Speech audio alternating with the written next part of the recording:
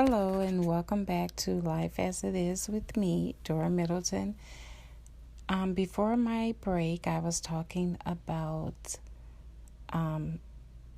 when I would put my children on punishment and I would take away their phones or whatever electronics they had. They understood what the reason why they were on punishment, and it was all fine.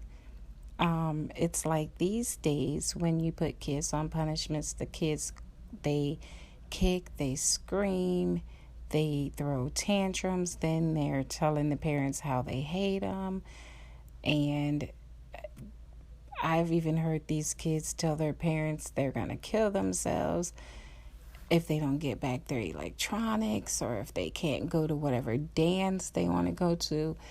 It's like some of the kids aren't cut out the way we were. We knew not to do that. It's not that serious, okay? If you lose your electronics, don't do what you did to lose them again. Okay, there's no reason to kick and scream. There's no reason to threaten suicide. There's no reason to say that you hate your parents. It's just a little punishment, okay? And I am not the type of parent that is against spanking. And I tell parents out there, we were all spanked when we were growing up. Come on now. And that's why most of us at my age have a lot of respect. But some of these kids out here, they're beating their parents' asses, okay? The parents are the kids in some of these cases, And then you have the law telling you, they want to tell you how you can chastise your children. They don't want you to spank them. Okay, you don't want these kids spanked. The kids get out there and terrorize everybody, and then they get their asses beat by the law, by the cops, okay? And God forbid they end up getting shot, okay? Or because the police, they didn't want to listen, maybe, and he feels he was threatened is what he might say. That's why it starts at home. They need to allow these parents to spank these children, and the children know that the parents they're not going to do it, because the law tells them if your parents touch you like that, if they hit you, then you call 911. Okay, for a spanking, you call 911 for a spanking. This is what they've been telling these children. So kids bank on that. They threaten their kids they threaten their parents and tell them, well, if you hit me, I'm calling the policeman. That's fine. And I've told these parents, well, you know what? Call for them. Call them and spank their ass right in front of the cops. You're not leaving any bruises on them. You're just spanking their asses. Okay, and if the policemen have a problem with you chastising your children, tell them you take them home, you take care of them. Because the way it's going right now, the law is taking away everyone's rights. The rights of women, they're taking away everyone's rights. And we can't allow this to happen. It's like all you are allowed to do is carry the child, conceive the child. And then the law wants to tell you what the hell you're supposed to do with the child. What kind of nonsense is this? What kind of world are we living in? All we have to do as parents is take care of them, but everyone else tells us what to do with them. And then with the situation with the women, they're basically controlling our bodies. They're wanting to tell us what we can and cannot do with our bodies. What kind of nonsense is this? What kind of world are we living in? At one point, they didn't even want to cover birth control for women, but yet you cover Viagra for men. Why are you covering that? That's not a necessity. He doesn't have to have sex. His life is not going to end if he doesn't have sex. So that's not right. But again, things are just not fair in this screwed up world that we live in. Things are they're getting worse instead of getting better. So that's why I tell people, raise your children right so that they will know right from wrong. Because when you do turn them loose into this evil world, they have to be able to survive. And if they're going through life thinking they can do whatever they want to whomever they want to, there's a lot of angry people out there. There's a lot of people out there that there's a lot of mental issues out there that a lot of people have. So these outbursts from some of these children it's not going to fly with certain people. And that makes for a dangerous situation for your child. So you want to protect your child and make sure that you're teaching them the correct way to do things. And like I stated before, I just wish that people would learn the right way to parent, meaning stop trying to be your child's friend. I can recall a situation when I was at a friend's home when I was in high school, and it was my friend, myself, and my friend's little sister, and the mother and the father. And the mother tells this girl, and I have to be honest, things are a little bit different in homes where, in black homes from white homes. I mean, we got to be honest. In a black home, if you even try to talk anything in a certain way, you're gonna be hit. You're gonna be slapped, okay? Especially if it's disrespectful. But I can recall being in this home, and my friend's mother told her that her boyfriend called, and we were only like 16 years old, 15, 16 years old. And she asked her mom, she said, well, Mom, what did he want? She said, I don't know, and again, we're all standing there. And she tells her mom in front of me, in front of her mother, in front of her father, in front of her little sister. And if we were 15, 16 years old, if I'm thinking back correctly, that little girl she looked about 9. She turns around and she tells her mom, oh, he didn't want anything. He just wanted to get, and excuse my language, but I'm going to say it. I'll clean it up, okay? But she told her mother, she said, she said, he's just calling because he wants to get his penis wet. That's what, I cleaned it up. That's not the word she used, but I changed it to penis.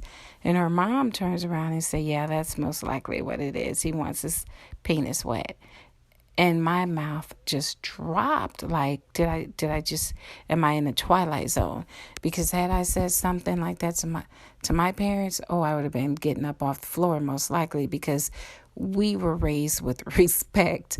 And that was so just disrespectful. And I looked at her like, did you just say that? And her father saw my expression, and he said, I would like to apologize for my wife and my daughter.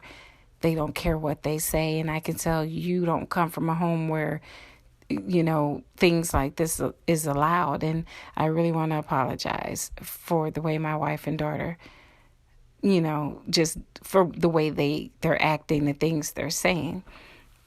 And her little sister's just laughing her little butt off. And I'm still shocked because I'm like, this is not okay. But see, this is what I'm saying when I talk about a different way of parenting. Okay, she was my good friend. I mean, she was my friend. I'm not going to talk about her. I'm not even really talking about her family. I'm just talking about something I heard while at her home. And I just couldn't believe it. There's been situations where I can recall at another friend's house. And hey, this one was a black friend. And we were sitting, me, her, and her mom, sitting in a room talking. Her mom gets up and tells us, and again, we're about 15 years old. She gets up and says, well, I'm going to spend the night with my boyfriend. And she leaves the room and she comes back with these panties. And I'm looking like, what is this that she's trying to show us? And she says, oh, these are edible panties. And I'm like, oh, okay. She said, I'm going to use these with my man. And I'm like, okay.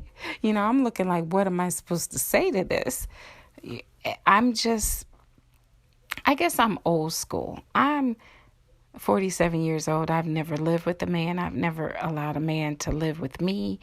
I don't have men around my kids, never have. My children, even though they're adults now, have never seen me hug or kiss a man a day in their lives. I've never done anything in front of my kids. Again, I've protected my kids from everything. Okay? That's just how I am. I was raised in a strict home. And it's just certain things, I don't even really do the whole public displays of affection because I feel it's a time and a place for everything. And so that's why when I'm telling these stories, people are probably going to think, well, gosh, come on now. You were 15, 16 years old. You know how you got here. Yes, I know how kids come into this world and how they're made, but I didn't come from a household where they can openly just say sexual things like that in front of their parents. It just didn't go like that in my home that I grew up in. But that's basically another thing, like I stated before, parenting, different ways of parenting.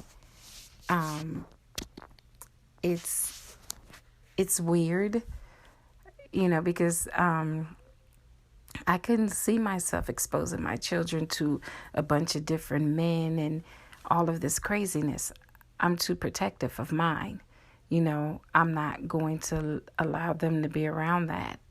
You lead by example. And if I'm leading, my kids by example, I want them to be taught the way my parents taught me. So I teach them to be very respectful and not to do things that they shouldn't be doing. My parents weren't my friend. They were my parents.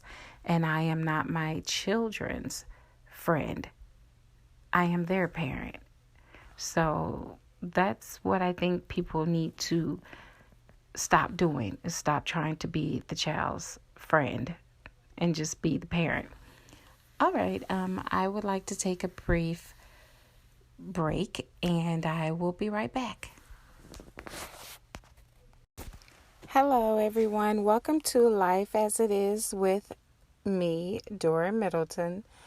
I would like to talk about parenting. And yes, we all do have a certain way that we parent our children. You have the parents that rather be the child or children's friend rather than the parent. You have the parents that just don't care either way. The kids are just there basically taking care of themselves. Then you have the parents that hover. The kids can't breathe because these parents are just in everything and they don't give them space. You basically have the parents to where it's like they're children's drill sergeant rather than the parent. And I would like to start off by saying you can't be your parents. You can't be a parent and then the children's friend. You are their parent. You're not there to be their friend. Because when you try to be a friend rather than a parent to these children, then they feel they can do anything they want. They don't have to listen, depending on their ages, which they should never be disobedient regardless of what age they are. It's a thing called respect. You respect your elders, you respect your parents, you respect any adult out there. Okay. So I would like to say that. But you have certain parents out here where they allow their kids to curse and talk back. And that's just not, they drink with their children, with their underage children. That's a no-no. Okay. Come on now. You're the parent. And they supply them the alcohol. And you have some parents, which I still can't understand this, that will supply them the drugs. And what I've heard parents say is that, you know, it's best that you give them their alcohol or whatever you're giving them at home. At least you know they're okay. Oh, come on now. That's not even that's not an excuse. You shouldn't do that. Either way, you shouldn't be supplying your kids with drugs and alcohol. That's just not good parenting. Okay? And you shouldn't be out there trying to be their friend, because if, like I stated before, if you're their friend, when they get out there and get in trouble, they're going to call you because they're expecting you to get them out of it, when it's a situation that they shouldn't have never been in from the start. But they didn't care too much about getting into that situation because they knew they had this set or this parent, a set of parents, or this parent that was going to be there to bail them out. And as parents, if you're trying to be a friend, you're not going to make the best decisions when it comes to your children. You're not making a decision that a parent will make. You're making one that a friend will make. Okay, I'm going to get you out of this trouble. It's just, we have got to do better. And because we're doing things this way, these kids are not growing up the way that they should. A lot of them are just totally disrespectful. They go to school, they terrorize the children, they terrorize the teachers, they terrorize people in general because they weren't raised correctly at home. And we should do better than what we're doing. And I've had so many conversations with teenagers and young adults, and I tell them, the way that things are going, these are the people that's going to have to run this country at some point, someday. And if this is how they are, God help us all. You know, things need to change. Things really need to change. I mean, don't get me wrong. I mean, I can't say that my kids, I spoiled them. I did, but they were raised very well. They're very respectful. They don't talk back to anyone, and they respect everyone. They don't get in trouble. They don't do drugs, you know. And I do have children that's old enough to drink that might have a drink or so when they're out with their friends, but they don't do drugs. And I thank God that my kids have a good head on their shoulders. You know, that's a blessing. You know, I raised them very well, and I raised them as a single parent. And I can't complain. I have no complaints about my children. They're really good children, all of them. So I just think that and one thing about me is I never tried to be their friend. I was always their parent. And no matter how they were, you know, if they were put on punishment in some kind of way. Hello, and welcome back to Life as It Is with me, Dora Middleton. I've just been talking to you all about parenting and different types of parenting styles. As I stated before, you have the parents that hover. You have the parents that want to know every moment, every second, every minute of their child's day, you know, but the kids do still need some kind of respect, I believe, in privacy. You know, if you know you taught your children well, there's no reason to hover. There's no reason to just always be looking over their shoulders.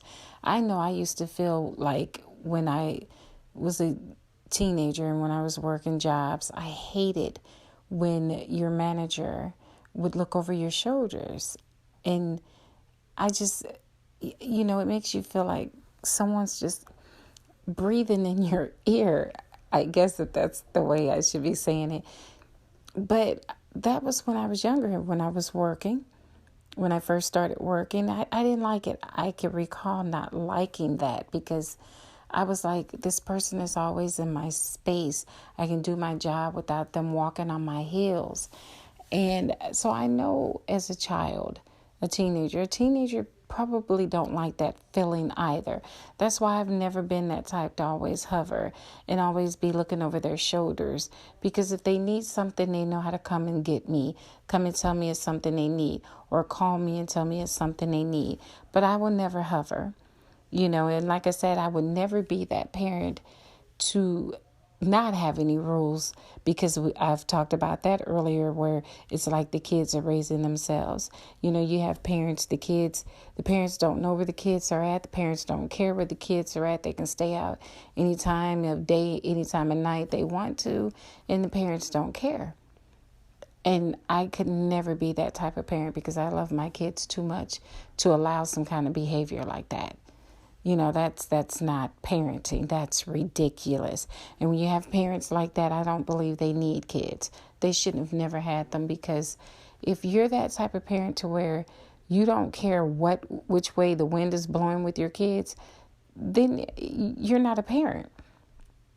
You should always want to know that your kids are doing well. You shouldn't just, I understand giving them space, but you're not going to back off to the point where you don't know what's going on with them.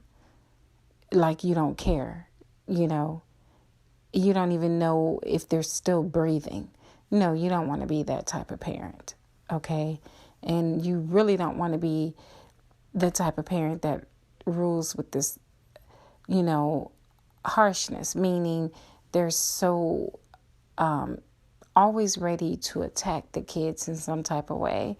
They don't believe nothing that the kids are saying. They stay angry. They curse them out. They yell at them. Every step that they make, it seems like the parent feels that these kids are doing something wrong.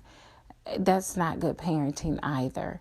You have to give your kids a chance. You know what I'm saying? You don't want to make them think, okay, my parent thinks I'm this no-lived, I'm this, I'm that. No, don't make your kids feel that way. So it's no need to treat them like they're nobody, but I know parents like that as well. In life, we meet a lot of people and we learn how these people are. We learn what type of parents these people are.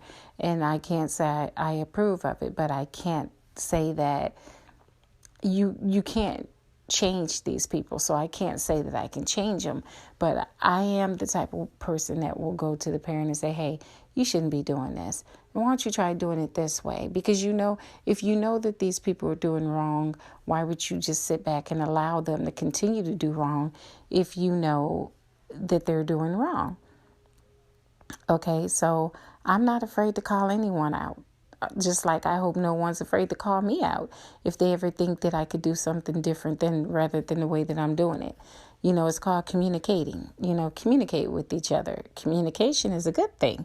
So basically, that's what I wanted to cover. I wanted to cover parenting, ways that people parent. And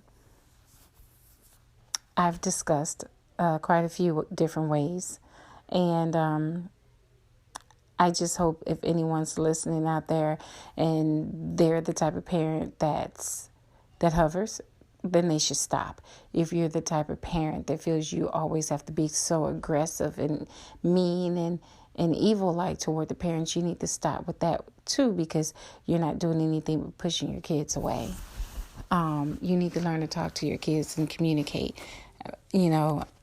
I can talk to all of my kids about anything and everything.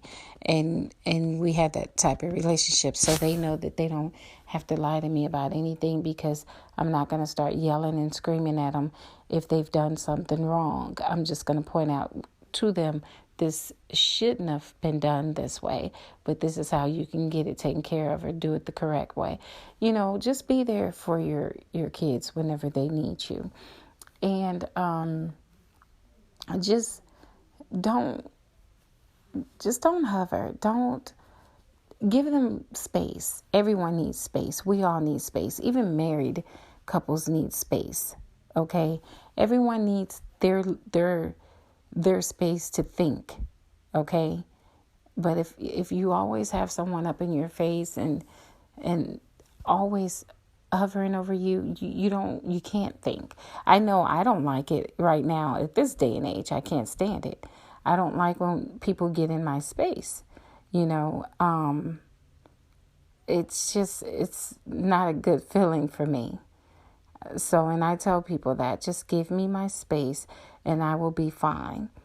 I don't like for people to overwhelm me with with them being there like that, because some people can be a bit too much, but it's all good. I'm not rude with it. I just let people know, just make sure you give me my space, because I don't like to feel crowded. But anyway, enough of that. I have enjoyed talking to you all in this segment on parenting, and continue to get me your emails. I enjoy reading them, and let me know what you want me to talk about, and I have no problem talking about it. I will do a segment on it, no matter what it is. Again, when you're listening to any segments that I do, I'm not going to candy coat anything, and there's nothing that I'm afraid to talk about. So until next time, thank you again for listening to Life as It Is with me, Dora Middleton.